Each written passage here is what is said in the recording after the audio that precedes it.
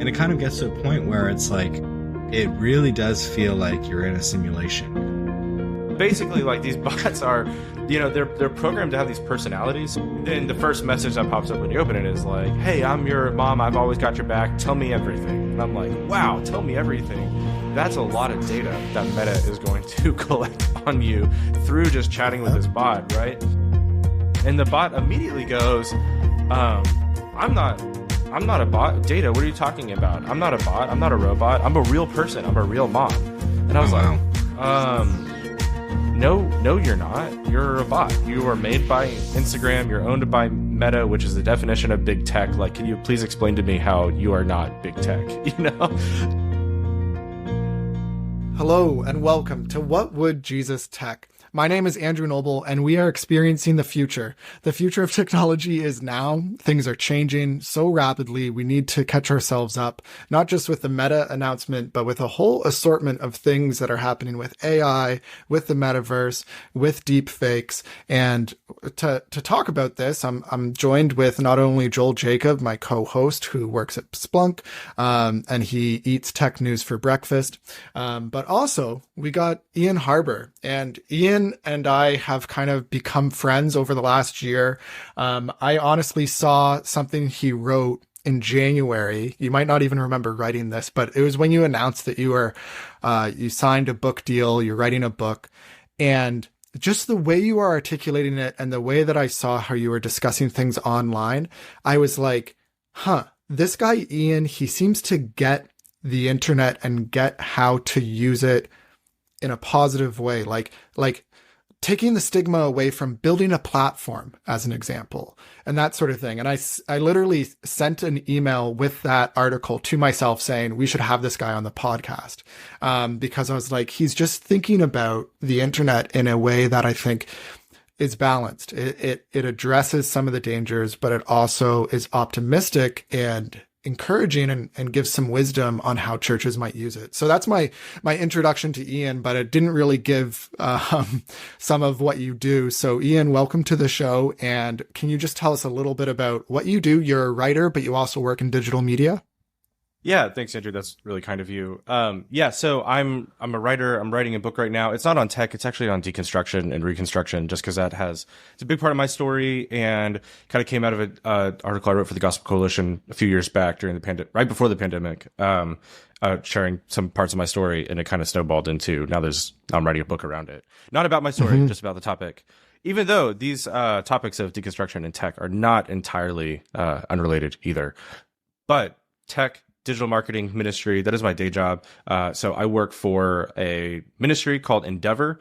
And basically what we do is we provide sort of a digital marketing backbone infrastructure for Christian podcasts and publications. So I'm a marketer in that. I work with that. I don't think marketing is a dirty word, even though it can be used for bad. It can also be used for good.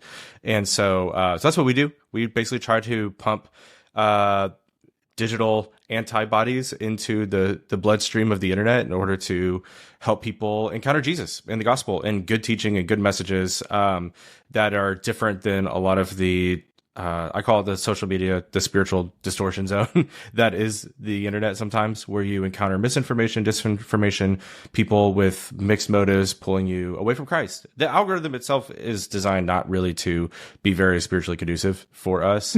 And so just being able to sort of, I hate this term really, but to kind of fight fire with fire and say, if people are going to be on the internet, we want to infiltrate their algorithms with, the gospel, with good news, and just try to meet people where they're at. So that's kind of what we work on doing. Yeah, really cool. Everyone should check out Endeavor. They are a rising publication, you might say, that is in this area of faith and technology. The antibodies metaphor is an interesting one. It's like, this is not good, but it is good. That it has that in it, the idea of the medicine. I'm curious. I've never asked you this before. I don't know if you've written about it, but your deconstruction story, you were struggling with your faith, potentially leaving the faith. We'll link to that TGC article for people to read the whole story. But did that have to do with the fact, like, you were working with Christian nonprofits, you were on the internet, So it was kind of part of your story. Was it part of your story to bring you back to the faith, getting access to online content? Yeah, I've written a little bit about this, but this is definitely a big part of it. The timeline is interesting. There was times where I was deconstructing and working in ministry at the exact same time, and that's one of the reasons I'm writing a book on it, is because deconstruction is extremely confusing and disorienting, and I want people to understand that. But yeah, I would say digital tech and media really influenced both my deconstruction and reconstruction.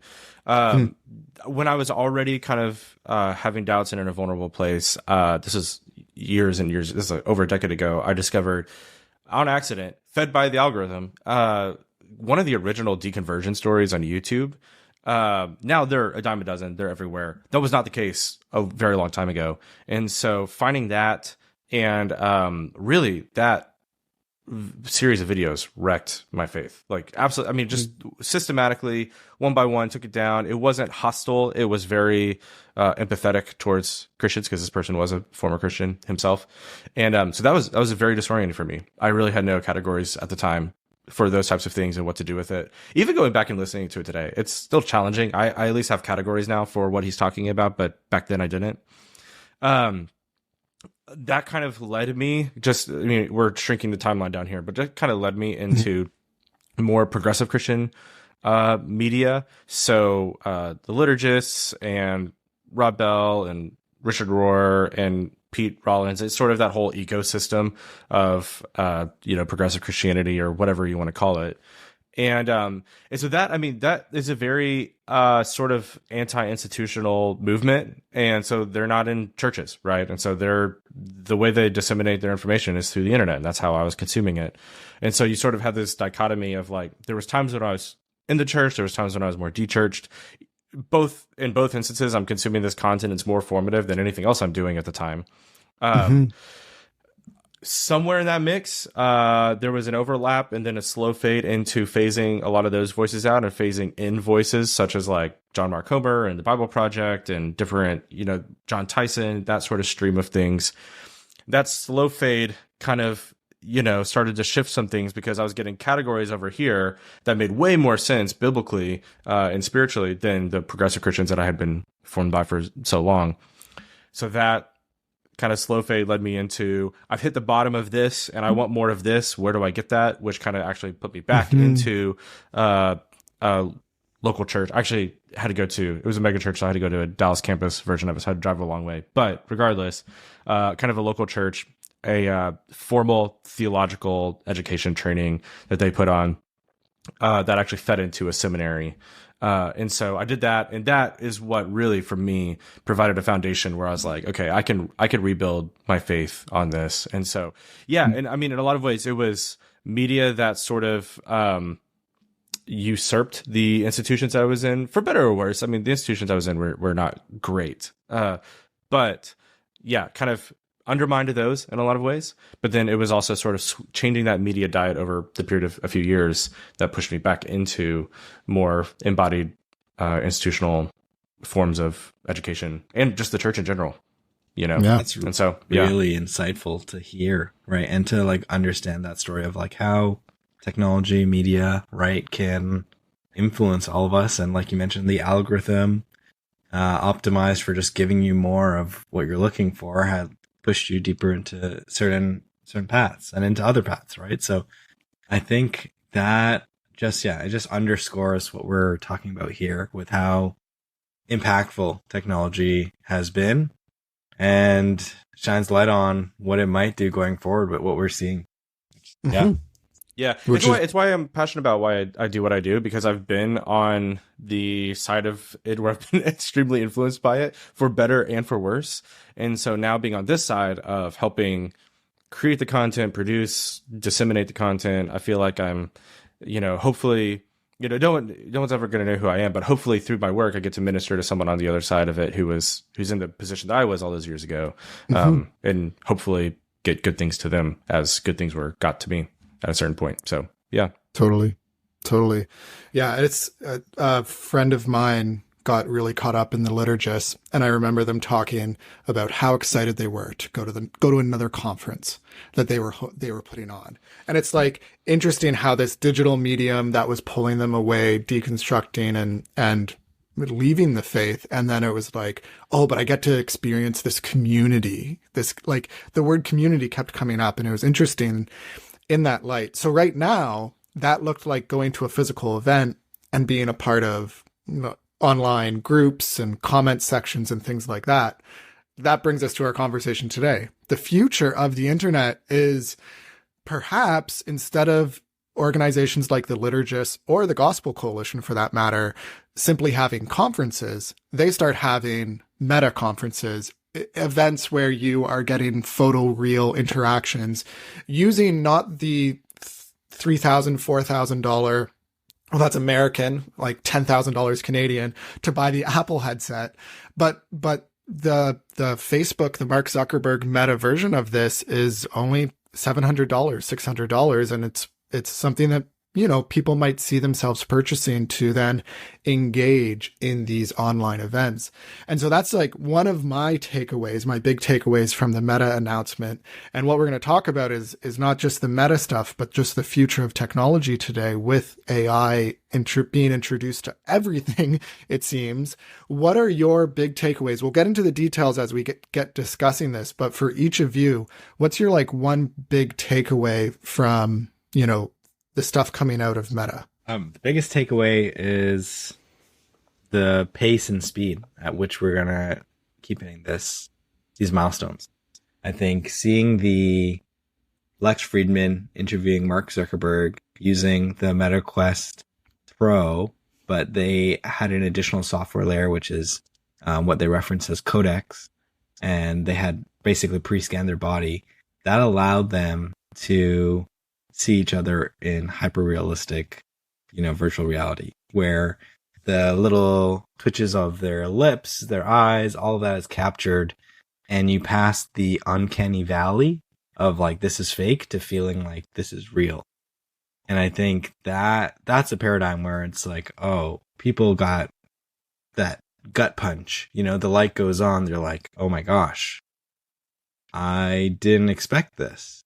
And that's a takeaway where I think, you know, as technologists hit these milestones, it becomes more real for society, you know, like what happened with ChatGPT earlier this year, you know, that was just this year. So this is basically another one of those milestones, but in the metaverse. Yeah, I feel similar about it. I think, you know, before we started this, we were talking about how me and my colleague Patrick Miller, we co-wrote an article for TGC on preparing for the metaverse.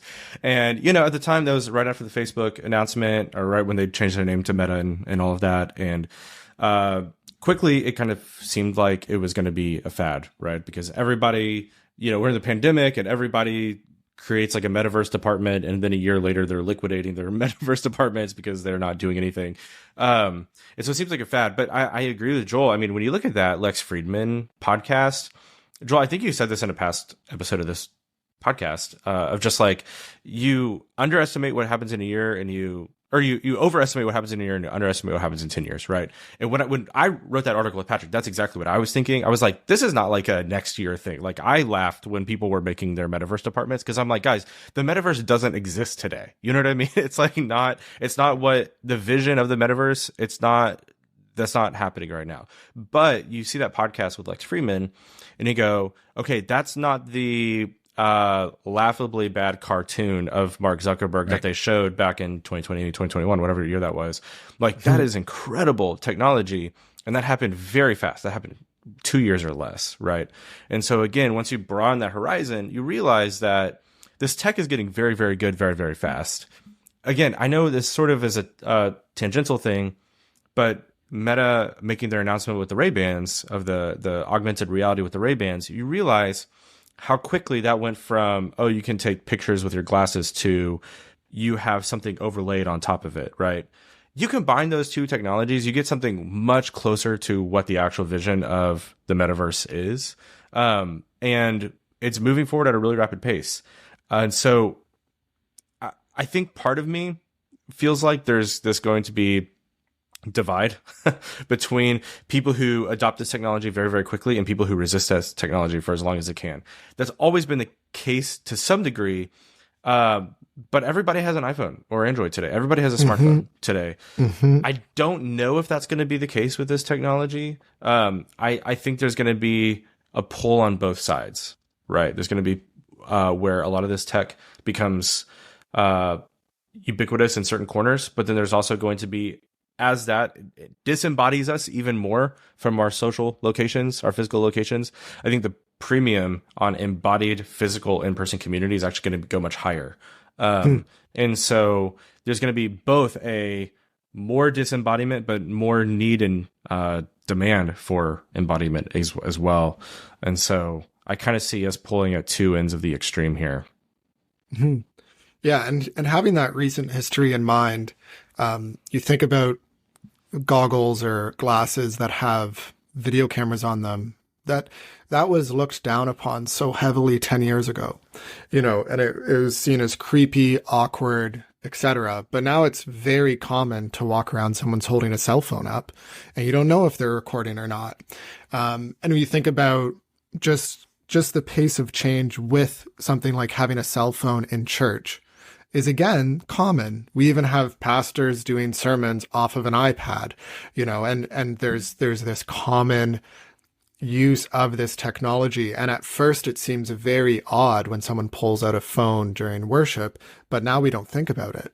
And so what will this look like going forward with some of these technologies that are, they're introducing cameras, they're introducing overlays to our real environment with in the world, other information. I think about the benefit and I'm like, it would be cool to look at a tree and then know what kind of tree that was and understand nature better. Like you could use technology to better understand the physical world, and it could help enrich your experience of the embodied world, like trying to see the value here. But yeah, it's going to blur the lines, I think, is one of my questions. Like even with these chatbots, these experiences and that sort of thing. So going forward in this conversation, let's come back to the chatbots later, but let's talk about this idea of the metaverse being near. What's your prediction? Next 1 year, 10 years, obviously 10 years from now, it's going to happen. Like we've seen that Lex Fridman podcast. What do you guys think is going to happen in the future with the metaverse? Yeah, it's interesting to put a timeline on it, because I think one of the things when you like dig a little deeper is for the metaverse to be successful, you actually have to hit on multiple different technologies. So, AI is this like, let's say parallel topic that's getting a lot of mind share. And now if you're overlaying AI into computing how to create a simulation, you actually make that a lot more attainable. And if we didn't have that breakthrough in AI, we'd actually be a lot further behind on actually creating this like hyper realistic metaverse. So, there's, even with your iPhone, you can use a LiDAR sensor, right? So LiDAR is like one small type of technology, but there's this thing that just recently came out with ARKit, where it allows you to do photogrammetry, which basically takes a bunch of photos and it stitches it together, and you can actually scan into the metaverse a hyper realistic object. So, and then I just saw something else where now you're using the compute power that we have to do lighting dynamics. So, in the game engines are saying, look at how good the lighting is. This grass looks so realistic. Well, it's like, hey, we can do all this computation now. And as Apple develops their silicon, now you can do that on your iPhone or on the edge. So to get to this like vision of like glasses that can be a AI agent that you could talk to, that can on your voice create things, which that sounds a little eerie and similar to what we read in the Bible. We need a couple things to hit, but depending on when they line up, I think it's coming, it's coming soon. So let's put a number, 2027. I think, if you look at Ray Kurzweil, they said the singularity was like 2032. So that's where it's like AI got to like critical point. So let's say 2026, 2027, we'd see like this become pretty mainstream. And I think that lines up with Apple's next generation, which would come out like 2026, 2027. Yeah. And what questions does this raise for Christians, for parents, for the church? You know, there's already people pushing the Metachurch as an evangelistic outreach. Ian, how do you see the future developing, and how do you want the church to respond? Yeah, I don't know if I can put a number on it. I can't predict the future. I have no idea. The way I think about it is, my son is 3 years old, and I doubt he is going to be asking me for an iPhone. Or if he is, he'll probably be one of the last kids to ask their parents for an iPhone, right? You know what I mean? Like, there will be enough of a tech change between now and the time he's in high school or whatever, you know, that what he's asking me for is going to look radically different than what I got when I was in high school or college, you know, or even what I have today. And so that's why I think that's part of the reason I think about this stuff so much. Is, I mean, obviously I'm interested in it and it's part of my job, but just as a parent, I'm like, I felt like our parents, grandparents, the people who raised us were extremely ill-equipped for the world that we now live in, and I don't want to be that way for my kids. And so that's one of the reasons I'm thinking about this, is because I wanted to stay up on it, you know. So for the church, you know, again, So I fall into the camp, maybe this is a hot take, I don't know. I fall into the camp of there's no such thing as a Metachurch. I think church is an embodied physical community that meets together. That's like, if you don't have that, from my perspective, you don't have the church, right? If you're not able to take the sacraments with each other, actually baptize people, actually take the Lord's Supper, actually gather together, then we're talking about something different. That doesn't mean it's bad. It's just not the church. That's how I see it. And so, but that doesn't mean I want the church to not embrace technology. I think there is a space for technology in the role of the church. But again, I think going back to kind of what I was saying at the beginning, as technology becomes more and more ingrained in society, and kind of the phrase I use sometimes is like raptures us out of our bodies, out of our communities, you know, we become more and more disembodied. There's going to be a demand for, can I just meet somebody? The Surgeon General in America has already said that we have a loneliness epidemic. That's today, right? And I don't think this technology is going to help with that. I think it's going to make it even weirder, because we can connect with people in a more hyper realistic way than even what we're talking to each other right now. But that doesn't, I still, Andrew, we met in person at the Gospel Coalition conference. There's still a radical difference between you, me, and Austin standing around that table talking than this right here. And I think people are going to miss that and want that as this becomes more ubiquitous, not less. And so there's a chance for the church to be, their entire witness is the embodied community of saying, like, we're here. If you literally just like want to come and hang out and sit with people, we're here. If you are going through a time of suffering and need, then we're here. And so there has to be this push and pull, right? Of being able to meet people where they're at. I don't believe in abandoning people to the algorithms, because I think that's not going to solve a problem, right? We need churches and Christians out there meeting people where they're at, but sort of with that goal of get in the church. And the church is also a space that simultaneously resists a lot of this and doubles down on embodiment. Because I've seen churches, I've been in part of churches where it's like, I mean, we'll keep Sunday going, but really it's this podcast we started. And really it's this, you know, we're going to do this discipleship program, but we're going to do it all online. It's all going to be video. And then nobody's actually in the room together meeting each other. And to me, I'm like, I feel like you're abdicating a really crucial witness there of being able to actually bring people together in community when our technology is only going to pull us farther and farther apart.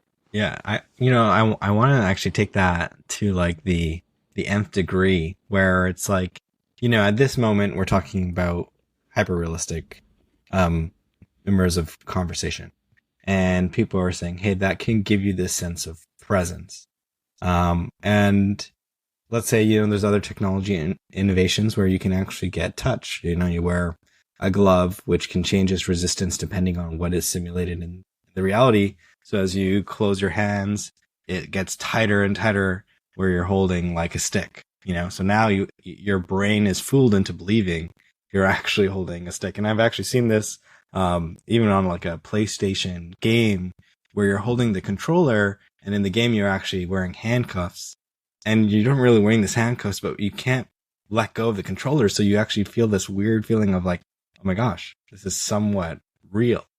Yeah. And then, recreating smells and recreating all these things. And it kind of gets to a point where it's like, it really does feel like you're in a simulation. And then the difference between, let's say, being physically present is just this, and I'm just maybe again a hot take, it's this concept of one is real and one is fake, right? And I think maybe that is something to dig into, is like, what do we mean by like real? What makes it real? Yeah. Well, and go for ahead, it, Andrew. Well, I don't want to detract too much. I just want to, one of the things that I was reading, the historian Larry Hurtado, and he talks about how early Christians, unlike other religions, unlike others at the time, Christians were very quickly proliferating written material broadly. And it's just interesting to think about this core nature of Christianity, of like wanting to reach out, and wanting to use the technology to go broader and communicate with other churches and collaborate and have this sense of the universal church. Like, one of the benefits of the metaverse is that we might better gather as the universal church, which we will never do until heaven. Ultimately, that will be when the glory of glories will be there. We'll be in the presence of God, and we'll see face to face one another and all this, and we'll gather for the first time truly as a universal church. But there is something about connecting with the universal body that is core to Christianity. We don't just, like, if you're only part of a local church and your church pastors say to you, the authority here are the pastors, the elders here, and that's it, and don't listen to any other Christians, and that's actually unhealthy.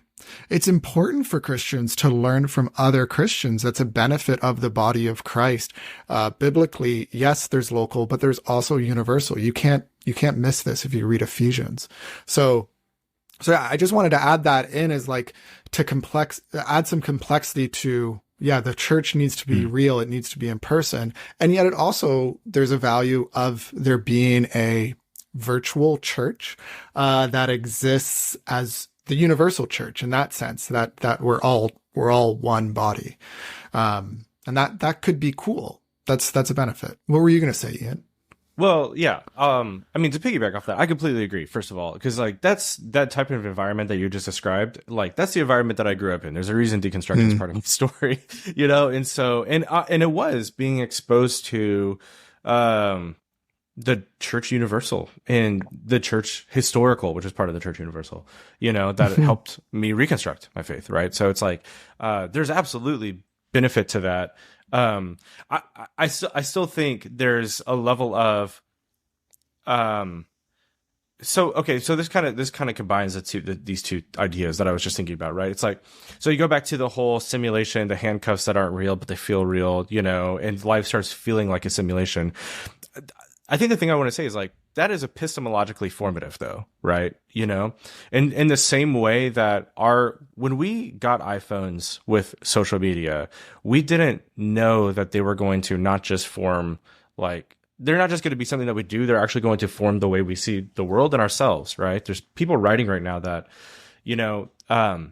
throughout the church, there's been these kind of great debates, right? And so there was like, who is Christ, right? Like, who is Jesus? And that's a lot of the early councils. And then the Reformation was this like, what is justification? How is somebody saved? What is, soteriology, those types of things. And really the debate of today is, what does it mean to be human? What does it mean to be human? And we feel that just with our iPhones, just with social media, we feel that tension, right?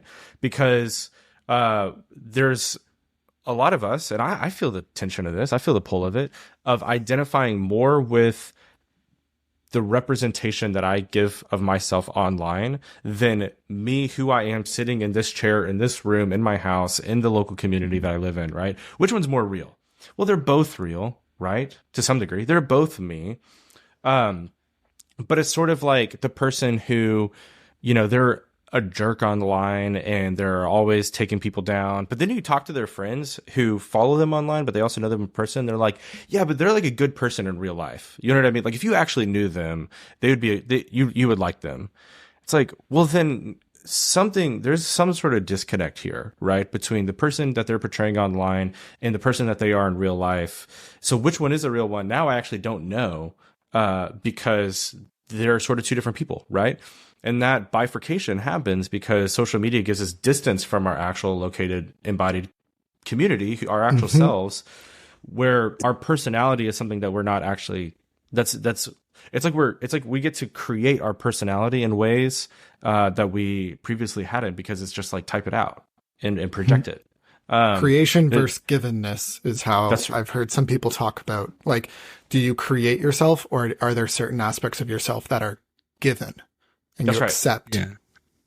Right. And I think this is an interesting, segue even to like veracity, right? Like we're seeing all the AI generated art, and to kind of like tie this now to what we're talking about with the metaverse. If you could have a physical representation of yourself and then train it to talk like, act like, and do things that you would say, and now you can actually create agents of yourself that are representations of you that will book a restaurant for you, that will based go around and all do your old things for you. podcast episodes, based around everything you've written. That's right. Yeah. Yeah. And now you can have these AI agents, and like they may not do everything you would have done, but I think it kind of just begets this thought track or this question around like, how do we say like, hey, this is actually just like an agent of Andrew. This isn't like the true Andrew or something like that. We'll need these sort of like veracity elements. Well, let me ask you all a question. So like I heard this kind of ethical question posed the other day, and I thought it was really interesting. And I think it's going to be a real pastoral question and not too long from now. So like somebody in your church, loses a spouse to cancer or something, right? And then they say, okay, here's what I'm going to do. It's not even a question. They're not even asking the pastor, should I? They just say, here's what I'm going to do, pastor. I'm going to take all of my spouse's social media, all their posts, all their photos, and I'm going to create a bot, an AI generated bot with their likeness. It's going to be moving video, the whole thing, kind of like what we're seeing with these Instagram bots. It's going to be a perfect representation of them with all their looks and mannerisms and expressions and voice, so that I can preserve my spouse, so that I can talk to them and I can ask for their advice for things and just spend time with them, and my kids can get to know them and different things like that. I think that's a real ethical question that pastors and just individuals are going to have to be wrestling with in the future. What are both of y'all's thoughts with that? I have some thoughts, but Andrew, you go first this time. Well, no, it's a good question. And it's an example of things that we need to wrestle with now, not wait. So one of my things that I've struggled with, like I used to for a period of like 15 years ago to 10 years ago, I like never took pictures. I just felt like pictures and reliving the experience through a picture later it pales in comparison to what you actually experienced. Like to go to a sunset and to observe it through your camera is not a joy in God's creation as much as just using your eyeballs. And so I didn't do that. And then I look back and I'm like, we have wedding pictures, but we don't have pictures during that time. And I'm like, oh, I kind of am starting to forget. And then all of a sudden I see the value of those pictures. And it's a very similar question, and this is, ethics by analogy. What's the underlying principle of why I'm okay with taking pictures, right? The underlying principle is that I recognize the difference between real and picture, and it's a way of remembering the real, not experiencing something that's not real necessarily. It's to recall what is real. And if I show those pictures to other people, like, hey, Joel, here's a picture of my kids doing something silly. Joel is learning now about something real. And so I think that's where AI starts to be different from the pictures, in that it's generative. That generative element all of a sudden is introducing error and introducing, different people have talked about it in different ways, more sophisticated than I can, but there's going to be certain things that it generates that aren't true to the source precisely because of the nature of it. You want it to fill the gaps. The power of the AI is that it fills the gaps perfectly according to its model, according to its neural network that's been formed based around so much human language. Of course, it's going to sound real. ChatGPT is good because it's trained on so many human interactions, but it's not trained only on Joel, and therefore it adds things that aren't Joel. So yeah, that would be my warning to the individual, is to say, hey, maybe this isn't helpful, but help me understand why you're using it, what your goal is, and what is it going to do to your heart? How is it going to form or deform you towards what's real? That was a long answer. I got to be more concise. No, I think I was going down the same path, really. Like, there are grandparents or great grandparents that I had that you'll see, like, hear stories about. And I'm like, but why didn't you write any of this down? Why didn't you take any pictures? Right.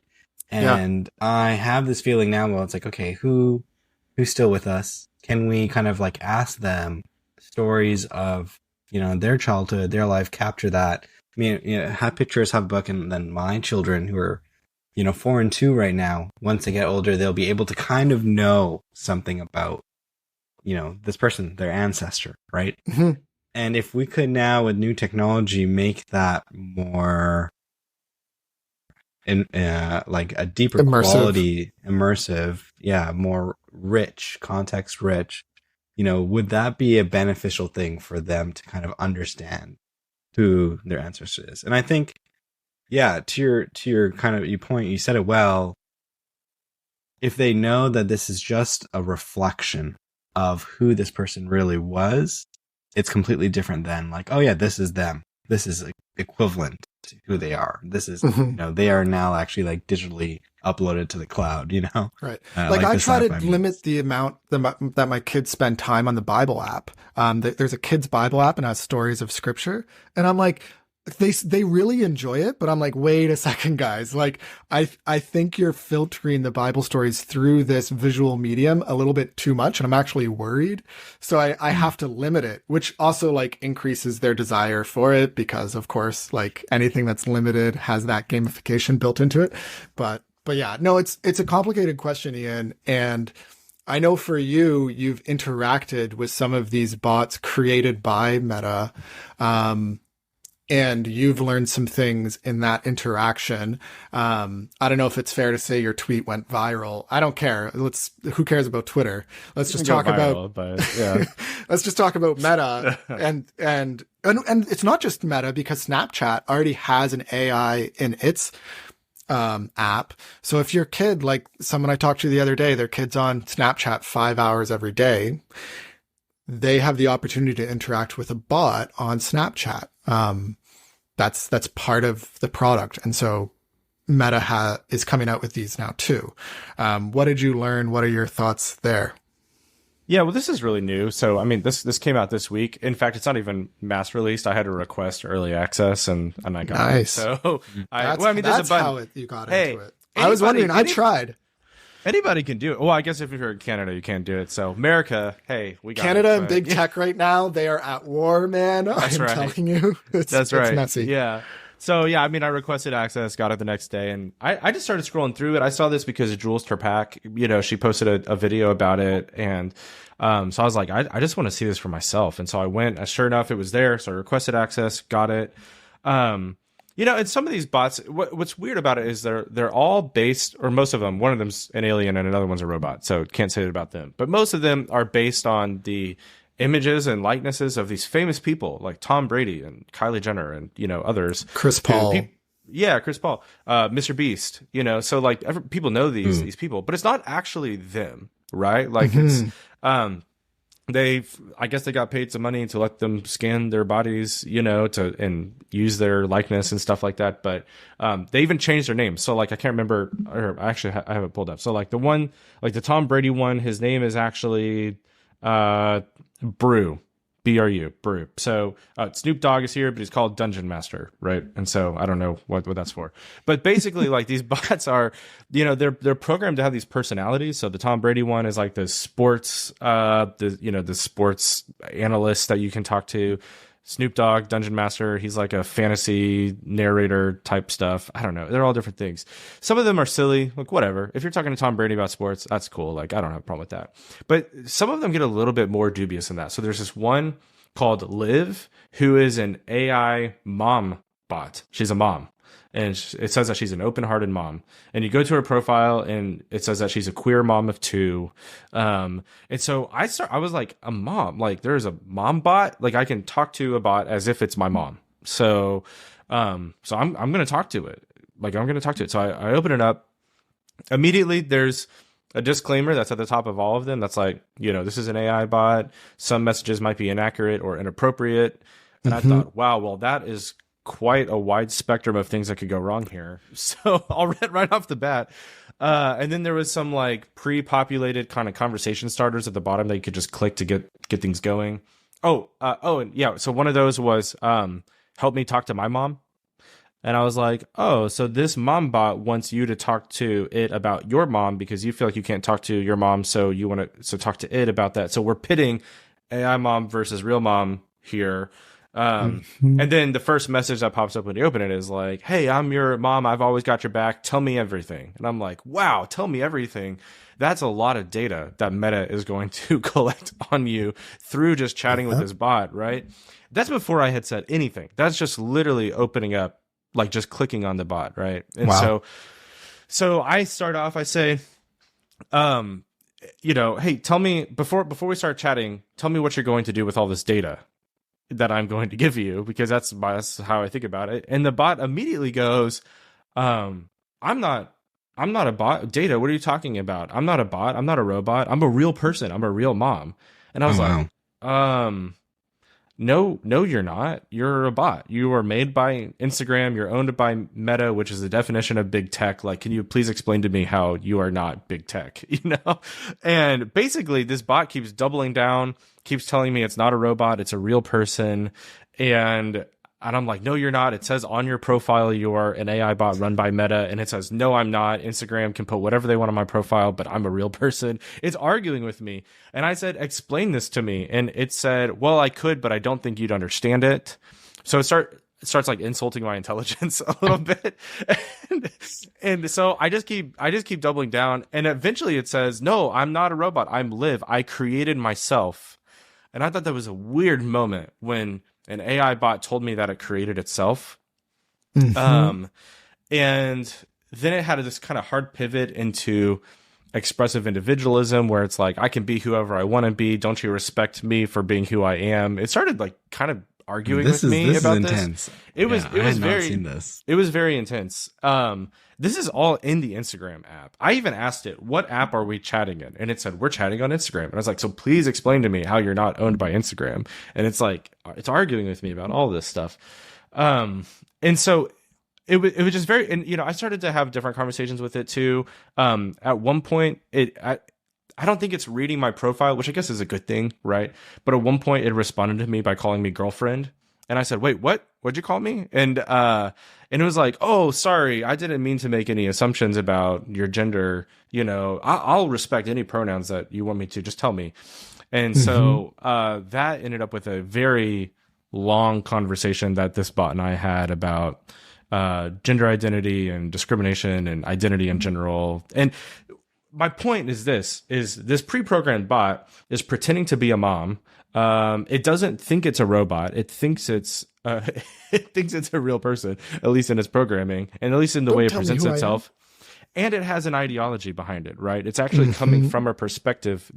We talk a lot about, people say technology is neutral. I think there's kind of a wide push right now to say, no, technology is not neutral. Technology is inherently formative. This is such an explicit version of that, though, right? Of where this bot has a perspective. It's going to be widely available to everyone on an app that's downloaded by over 1 billion users. And, and a lot of them are obviously kids. And so there's just a really interesting thing here where you are presenting yourself as a mom that I can get advice from. and you're just in, kids' pockets, coming from a perspective that the family may not, understand or agree with, or all these different things. It's wild. And all of that is, that's one layer. All of that is on top of the layer of, it's a data collection machine that's just collecting data on people to sell them more ads, right? Yep. And so, and it even says on Meta's website that they will share. It's the way they phrase it is they will share questions you ask with third parties, with trusted third parties, in order to improve our services. Blah blah blah. And it's like what does that mean?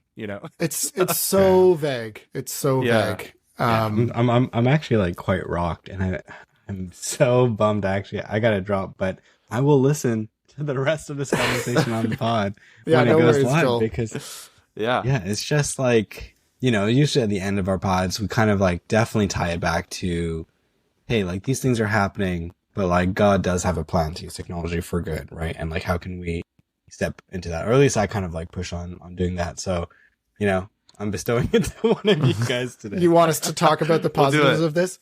I just think about the human side of this. I think about the student, the teenager, or the lonely 45-year-old man whose wife is on a business trip or whatever, and going to these apps, like you said earlier, it's not going to replace that loneliness. And we live in this really weird world where we really are, despite the economic troubles right now, we really are living in a weird sort of affluence where we can eat Indian food in a second. We can get coffee in a second. We eat extremely well, with a crazy wide variety. And that's just one example of the affluence that people listening to this podcast are more than likely living in. The fact that we even have, it used to be that cell phones were seen as too expensive, where now it's like everybody gets one. And we have money, we buy it on these things. And I think about the human nature of it. I'll just read this quote from Blaise Pascal. He's been kind of rocking me because he's just perceptive on human nature. And this is like 400 years ago, remember? So this is like before modern technology brought our distracted age into mind.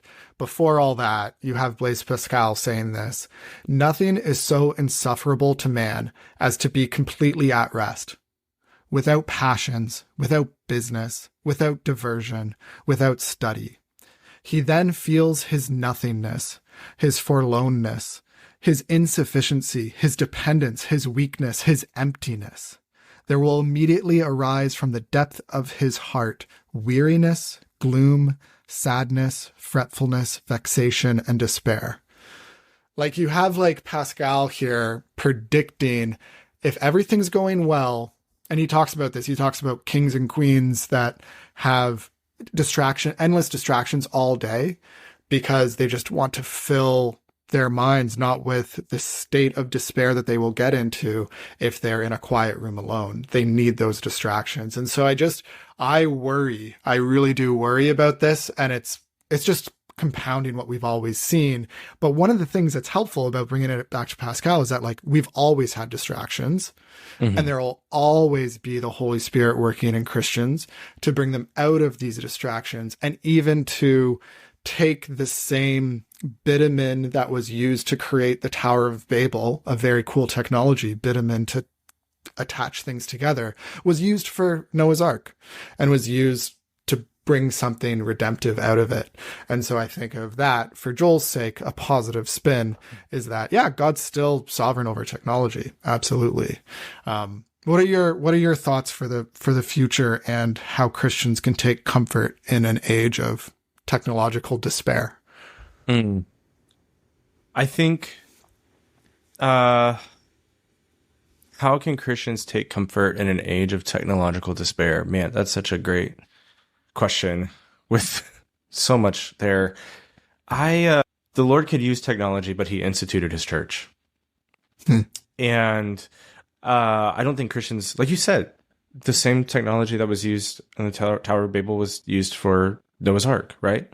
And so it's like, we shouldn't be scared of technology. The world is moving forward, not backwards, right? And we have, I bet every single person listening to this has screens and sound systems and microphones and in their churches. And most of those churches probably have social media accounts. Mine ironically doesn't, but that's a different conversation.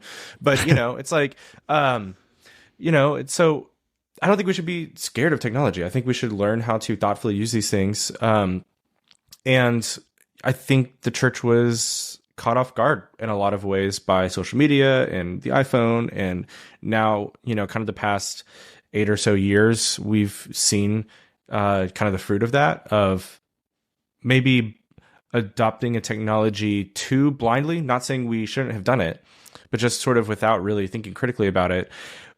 This is a moment where we have a chance to actually sort of right that wrong a little bit, right? We can't go backwards, but we can look at this technology with AI, AR, VR, and sort of say, okay, what is happening to this? And what are the potential positive and negative implications of this? What are things that we should adopt? What are things that we should resist? And how can we disciple our people in a way that's timeless, right? Timelessly disciple our people to, regardless of what the technology is, they can keep their eyes on Jesus and wade through any sort of technological change, right? And so I think that's there's a comfort there in that if you are a Christian or a pastor or a ministry leader who felt really caught off guard by the last 10, 15 years, there's an opportunity here to get ahead of things and to start doing the work that you wish you did 10 years ago now with the new technology that's happening. And I think that's what, the three of us on this call are trying to do, trying to think thoughtfully about it, hopefully in public in a way that kind of sparks some conversations, right? But going back to my first statement of just like, but the Lord instituted his church, and if my kid doesn't ask for an iPhone in 10 or 15 years, then that means the iPhone passed away. But the church is not going to pass away, and the people of God is not going to pass away.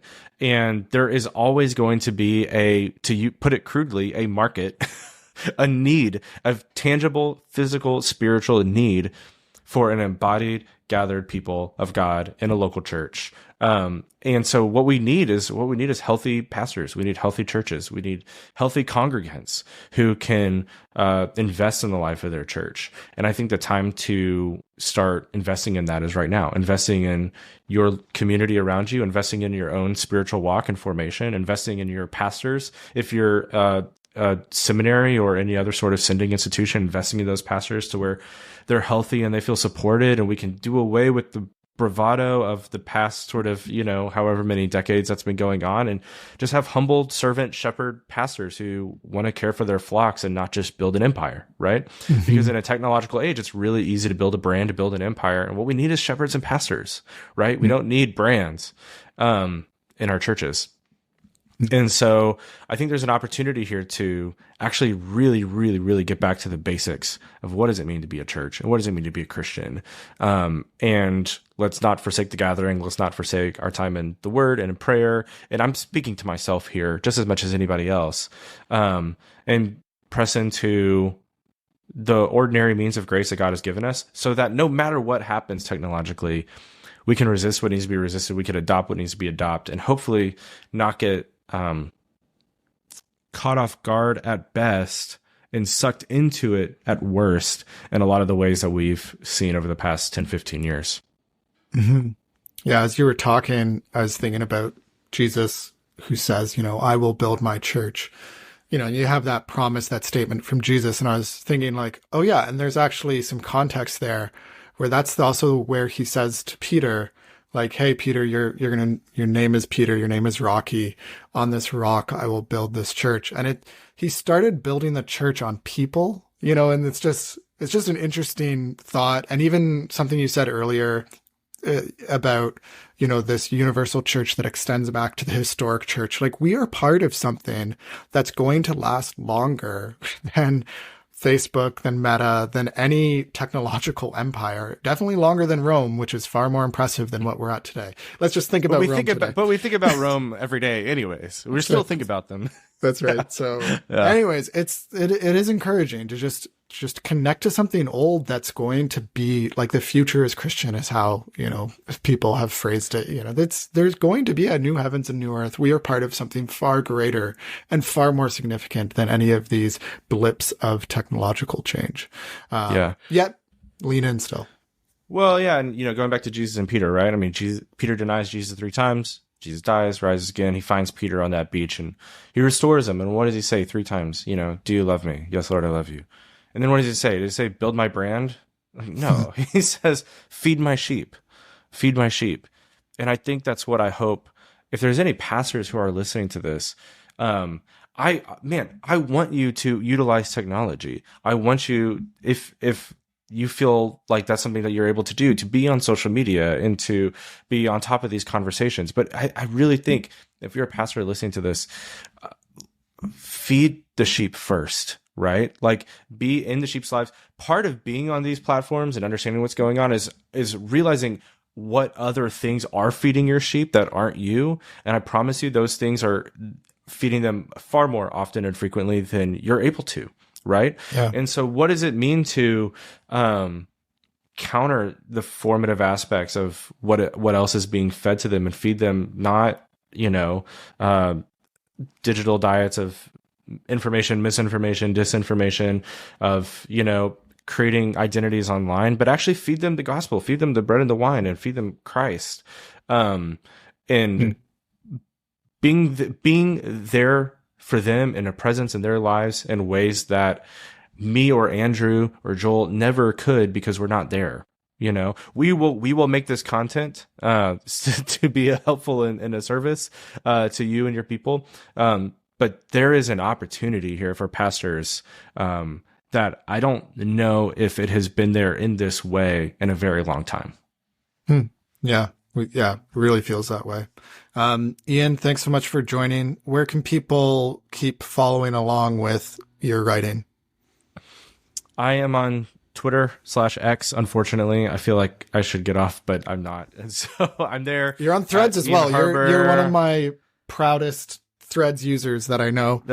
I'm on Threads. I'm trying to use it. And your Substack is where people can support your writing there too. Yeah, my Substack, it's called Back Again. You can go to backagainwords.com to subscribe to that. And then if you subscribe, you'll learn more about the book on deconstruction, if that's something that you're interested in as well. It'll be out. Do you have a title for the book yet? No, not yet. The working title is pretty simple: Deconstruct, Reconstruct. IVP's marketing team might change it, and hey, that's fine. I trust them, but we'll see what happens. So very cool. Yeah. Very cool. All right. Well, thanks so much, Ian. Thanks so much for listening. This has been What Would Jesus Tech, a podcast. We're trying to imitate Jesus and how we use technology, and we hope you will learn along with us. Feel free to subscribe on any app. You can also support us on Patreon. Thanks so much for listening. Take care. Bye.